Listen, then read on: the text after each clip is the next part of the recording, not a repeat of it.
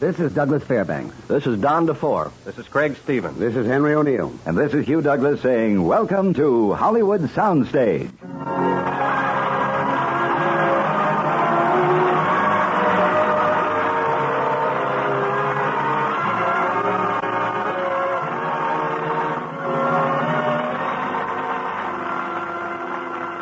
Good evening, ladies and gentlemen. Another Thursday night, another high adventure on Hollywood Soundstage. Adventure in its truest sense tonight, because our story is based on fact, a stirring human document. 20th Century Fox Studios' memorable tribute to the men who served without name or glory. In thanks to them, in thanks to all who have died to keep our nation free, Hollywood Soundstage brings you transcribed 13 Rue Madeleine, starring Douglas Fairbanks, Craig Stevens, Henry O'Neill, Don DeFore, and the Screen Guild Players. This is a page out of history in our time. This is a record of valorous men who served without uniforms or medals or acclaim. This is a story of the OSS.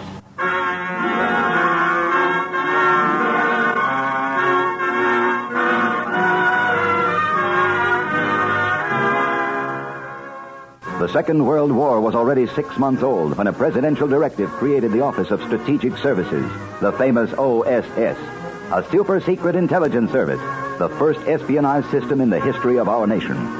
By the early part of 1944, it had already trained 67 teams of OSS agents.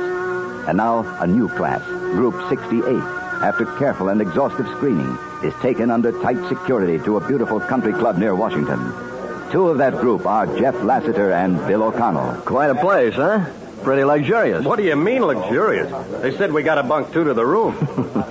Say, you picked a roommate yet? No, not yet. Okay, you got one. Name is Jeff Lassiter. Bill O'Connell. Shake. Well, if introductions are in order, gentlemen, I'm Suzanne de Bouchard. Isn't this a beautiful place? All in the line of duty, they said. For personal assessment and further training. Rugged, huh? I'll say. Big lounge like this, soft leather chairs, books, magazines. Hey, look, we've even got a backgammon set. Yeah, that's right. You play? Yeah. Like to take me on for a couple of games? Sure. How nice. I'll watch. I've always wanted to learn that game. Swell. Now, look, Lassiter, let's make it interesting. Oh, I just play for fun, O'Connell. I tell you what. How about $1,000 a game? No, let's make it $1 million. Okay, $1 million. You mean $1 million? Sure, what about it? I think you're both crazy.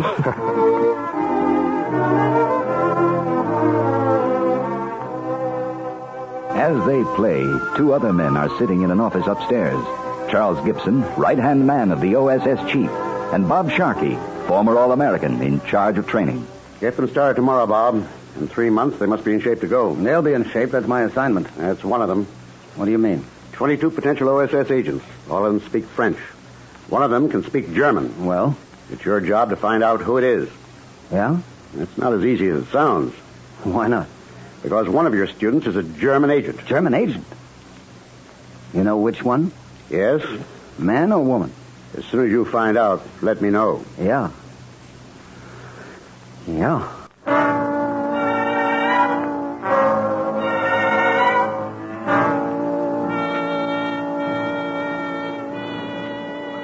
All right. I got a couple of things to say before you begin your active training.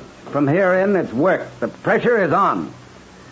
To start right now to learn the use of a cover story, a logical lie about who you are and what you're doing. This is your most important defensive weapon. If the enemy breaks it when you're in the field, you'll be tortured. If you're lucky, you'll be shot. Start thinking you're in the field right now. Here's something I might as well warn you about. You've got a lot to learn and a couple of things to forget. The average American is a good sport. He plays by the rules. Well, no secret agent is a good sport. That is, no living agent. You're going to be taught to kill, to cheat, to rob, to lie, and everything you learn is toward one objective. Just one, that's all, the success of your mission. Fair play, that's out. Years of decency, forget all about them or turn in your suit, because the enemy can forget and has. Now work hard. I'll be watching every one of you. 4 weeks, Bob. How do they look? Good. I think we ought to get 15. 2 months. You better lay it on. I told you, Gibson, they'll be ready. This 15 is of special importance, Bob. They may mean the difference between success and failure. I'm not worried about them. I'm worried about myself. I haven't found that Nazi yet.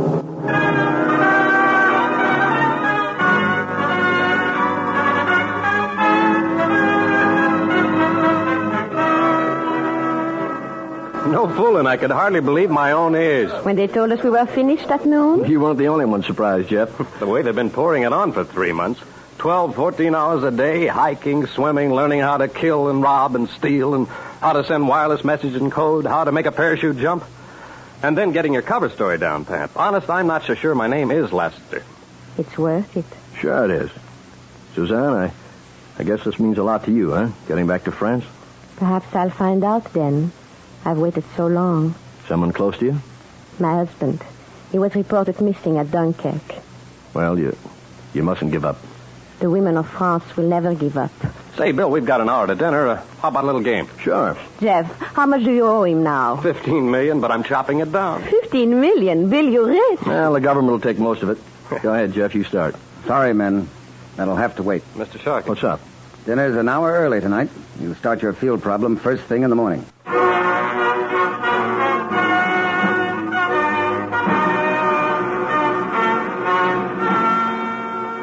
So you think you found him, Bob? Yeah, I'm sure I have. All right. Who's the German agent? O'Connell. How did you know?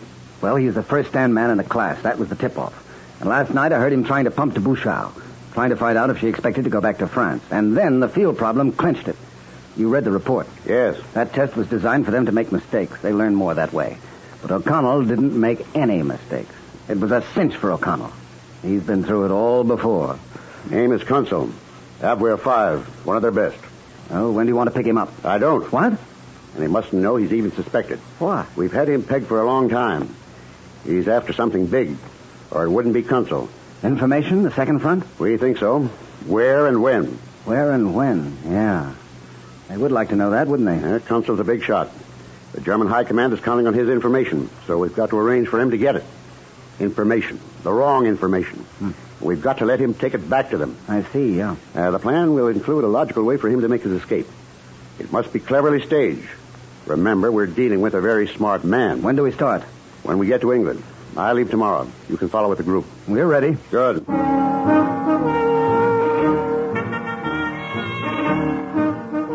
Within a few days, Group 68 is flown to England and quartered in a country house not far from London. They are held there under tight security, waiting for their assignments, and the plan proceeds. O'Connell, how well do you know Holland?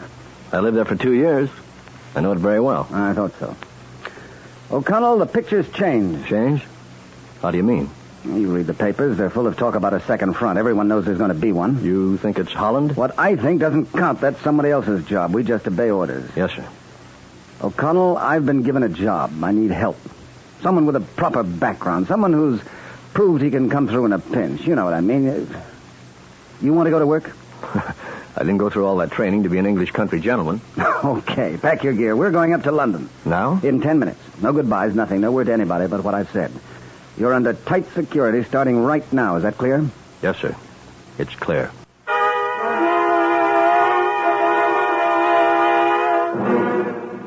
What do you think, Bob? Did he take the bait? I think so, Gibson. I've put him in with Van Dyvel, Holland Intelligence. We've opened up everything to him. Maps, plans, reports from all our agents, and I've put 6 plans at his disposal. If he makes a break in one of them, we're okay. If he makes a break. Who'll you pick for the real job? Lassiter. And the de Bouchard girl. They're on their way down here now. You'll brief them yourself? This afternoon, yeah.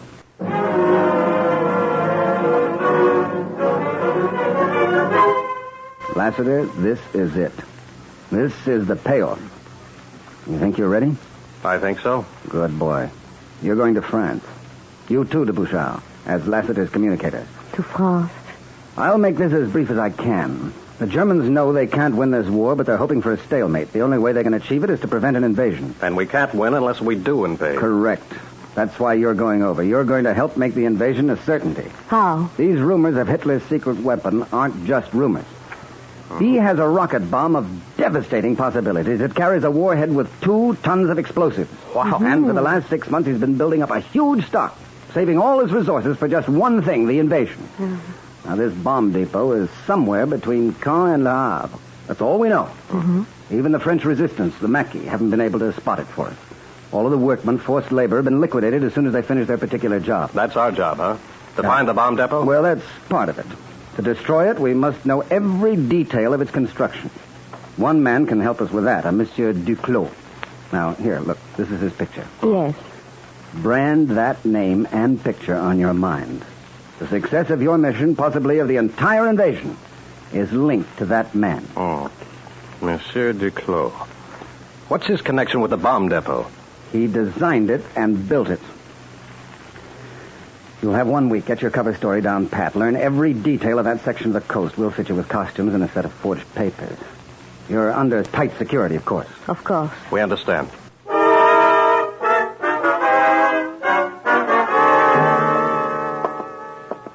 Hey, you Jeff! Bill! Bill O'Connell. How are you, fella? Well, I didn't know you were down here in London. The way you walked off in the middle of the night. I know. I had to leave in a hurry. Oh? Good job? With Tuffy. Not much action. Looks like I'm grounded. Hey, what are you doing here? Prepping for a mission? Yeah. Sorry, I can't tell you what. I always knew you were a bad investment. Hey, what do I owe you? 13 million? 14. Well, I'll will it down when I get back. When you leaving? I don't know for sure. I wish I were going with you. Me, too. Well, I gotta run. Be seeing you, Bill. Yeah, bring me back a souvenir. Sure thing.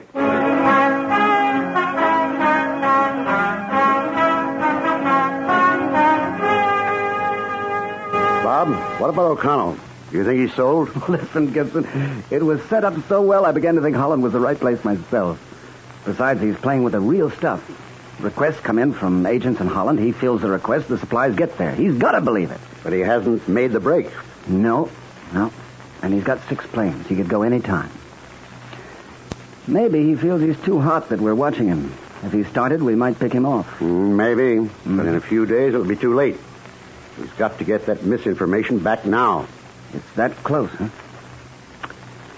Well, suppose we force him to make his break.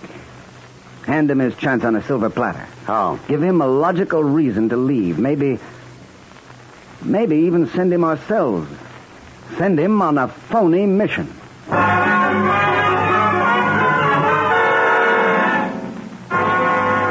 Sure, we're getting information, O'Connell, but we're not getting enough. The Germans think we're going into France. That's fine, but what do they suspect about Holland? They're not stupid, you know. No, sir. We must know if they're preparing in Holland, too, and where. We've got to send someone over to find out for us. Yes, sir. A good man, the best we have. Someone who knows Holland as well as you do. I know the man. Who's that? Me. Oh, that doesn't make sense. I need you here. Your job's important. It's more important to have the right man over there. I don't know. I've got to have that information. If you let me go, I'll get it for you. I could take over your work here, I guess. You'd be directly in touch with me by radio. O'Connell, I think I'll take a chance. I'll need some help. Yes, you'll need a team, another man and a communicator. Whom do you want? Lassiter. Lassiter? Why Lassiter? Well, we worked together at school. I know him. Takes time to know people. Yeah. Besides, I think he'd like to go. Okay, I'll see if we can send him. I'll talk to you later.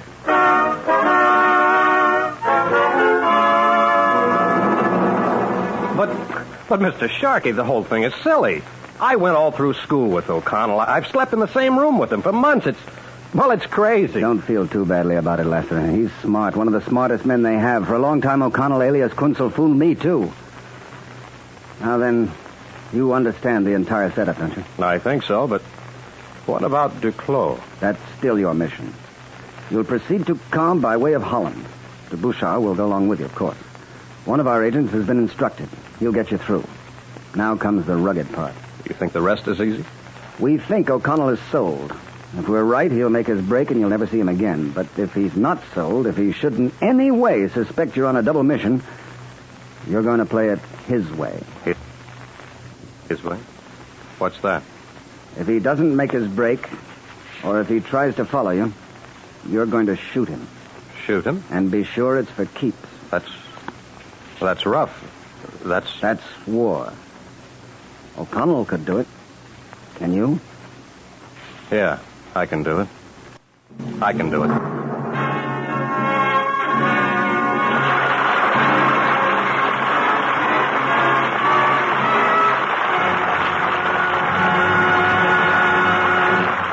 You are listening to the Hollywood Soundstage production of 13 Rue Madeleine, starring Douglas Fairbanks, Henry O'Neill, Craig Stevens, and Don DeFore. We will continue our story in just a moment.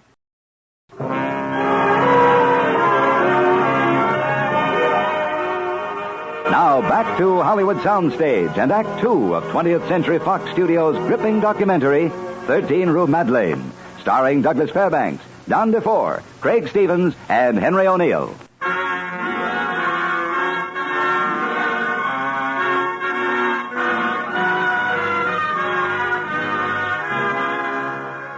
The plan goes forward.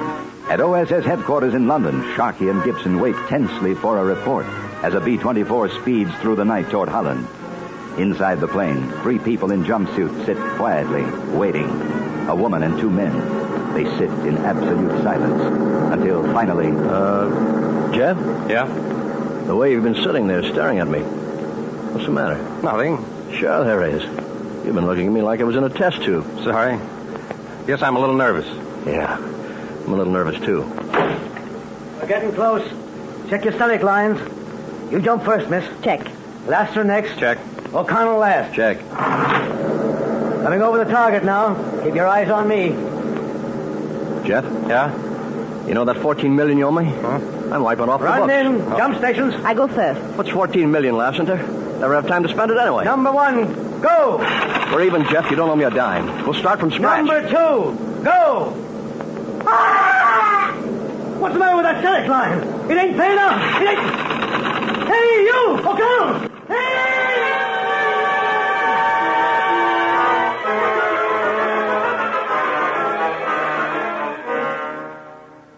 Bob, you're sure that message was de Bouchard's transmission? Sure. Our operator worked with her. He says he's positive he knows her touch. Read it again. Lassiter killed in jump. O'Connell disappeared. Proceeding mission area as planned. Signed, Suzanne. Oh, that's a tough break. Yeah. Come in. This message just came in, Mr. Gibson, from the radio operator on the plane. Thanks. Yes, sir. What is it? What's up? Lassiter's static cord was deliberately cut. What? His chute never opened. He was murdered. What a rotten way to die. The question is, what did Kunstler know? Could he have known about Lassiter's mission? No, but he's probably picked up Lassiter's papers. He knows we gave him Vichy credentials. More than that, he knows the Holland invasion is a phony. Yeah, or he wouldn't have killed Lassiter. I've done a great job, all right. I stepped into the pitch and swung my brains out. You conceding the victory? I don't concede anything until they throw dirt in my face. All right, let's go from there. We got 5 days to get another man over there. Pick up Duclos and blast the target. Who we got to send? There's only one man. Who? Me. No. We haven't got time to brief another man. We'll need those 5 days at the other end. I'm sorry, Bob. You know the date and the place of the invasion. I did know. I've forgotten. You know what it would mean if you were captured, once it was discovered who you were. Sure, torture, but I'll have my L tablet. One bite and I'd be gone. They'd never find out anything about the invasion. Bob, I wish I could let you go, but... Look, Gibson, I need the break. I've been working too hard. I need the change. You won't come back? You're a worrier. This time I'll keep my eye on the pitcher. Within 24 hours, Sharkey is on his way to France. A parachute landing, a quick meeting with Suzanne, who's been advised to stand by, and the following morning at Pont-l'Evêque, a little town about 40 miles from Havre, a prosperous-looking French businessman is registering at the local hotel. Fill in the form, please, monsieur. How long do you wish to stay? Long enough to accomplish my business. How long will that be, sir? 2 or 3 days. I'd like a room with... Excuse me, monsieur. Yes? I must travel to see your papers. But why? Who knows? New security regulations. The orders came today from Le Havre. Your papers, please. What is your authority? Hans Feinke, Gestapo. Well, all right, but this red tape is a nuisance. Just holds up business. Here are my papers. Gabriel Charvat, insurance claims adjuster. Photograph, description, signature. Yes, it all seems in order. And if you don't mind... Just a minute. What else? Where was your grandfather buried? Which one? On your father's side. In the Saint-Maurice Cemetery at Toulon. Anything else? No. I hope you like your room.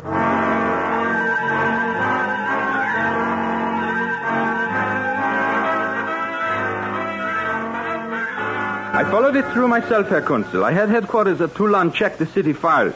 There's no Charvat buried in the Saint-Maurice Cemetery. Yes, Hans, go on. It is a small thing, but not a natural mistake for a Frenchman. It's the small ones that count. What else? I followed him when he left the hotel. He went to the mayor's office. One of my men got a picture of him as he went up the steps. You have the picture with you? Right here, Herr Kunzel. He had no idea that... Sharky. This is Sharky's picture. He came himself. Must be important. Hans. Yeah? Back to Point Lebec. I want to see the mayor.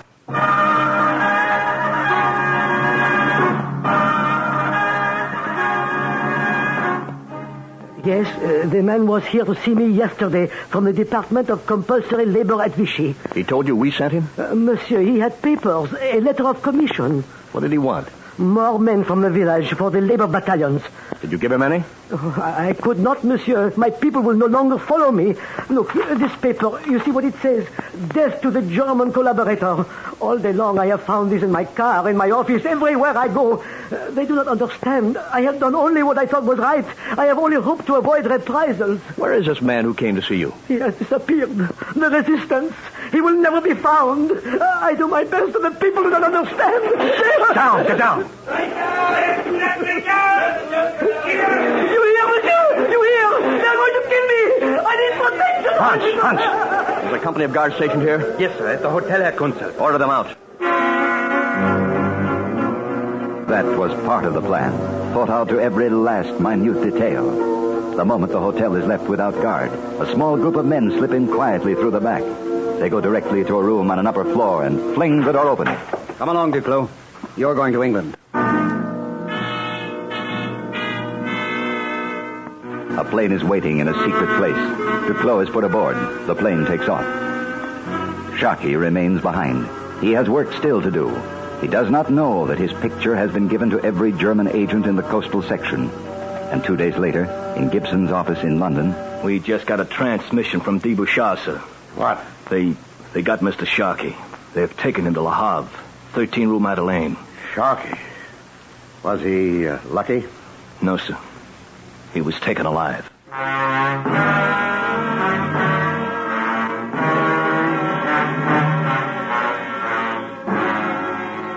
Just 3 questions, Sharky, that's all. What was your mission? Where is the invasion coming?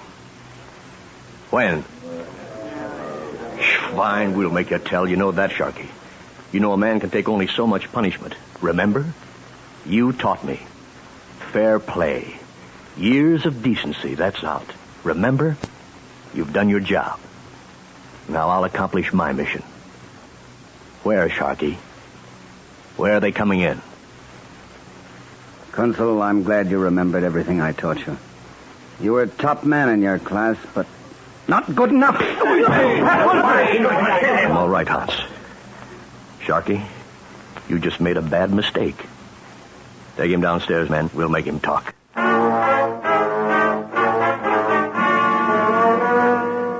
All right, men. All right.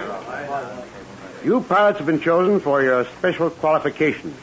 You've been asked to attempt a hazardous mission. To blast a target at 0 feet. You'll be risking your lives. You've a right to know why. Your target is Abwehr headquarters in Le Havre, 13 Rue Madeleine. They're holding an American agent there. If he talks, it may cost 2 million American lives. He won't talk, not as long as he can stand the punishment they're giving him. Only no human body can stand it too long. You must be sure that no one in that house escapes.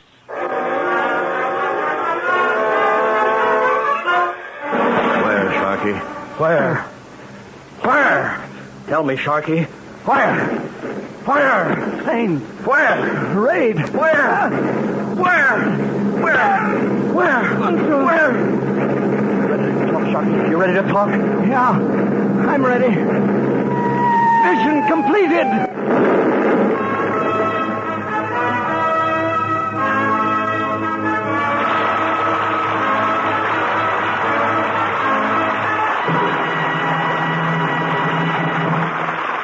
You have just heard Douglas Fairbanks, Henry O'Neill, Craig Stevens, and Don DeFore in their Hollywood soundstage presentation of 13 Rue Madeleine. And now, before our curtain falls, here's a final word from our stars. I just want to say that it's always a great privilege to appear here on Hollywood soundstage with the Screen Guild players. Gentlemen, I presume I can say that for all of us, can I? Absolutely, Doug. This radio program supports the greatest cause in our industry. The Motion Picture Relief Fund. And that's close to the heart of every actor in Hollywood. Yes, but don't stop with performers, Don. Everybody's in this act. Henry's right. Producers, directors, writers, they're all combining to make this one of the top half hours in the radio week. Correct. Good night, everybody, and thanks.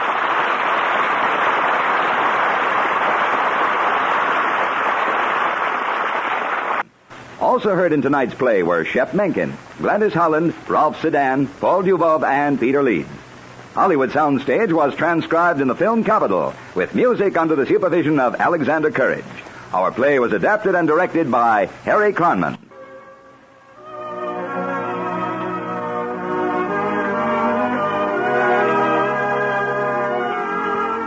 This is Hugh Douglas speaking.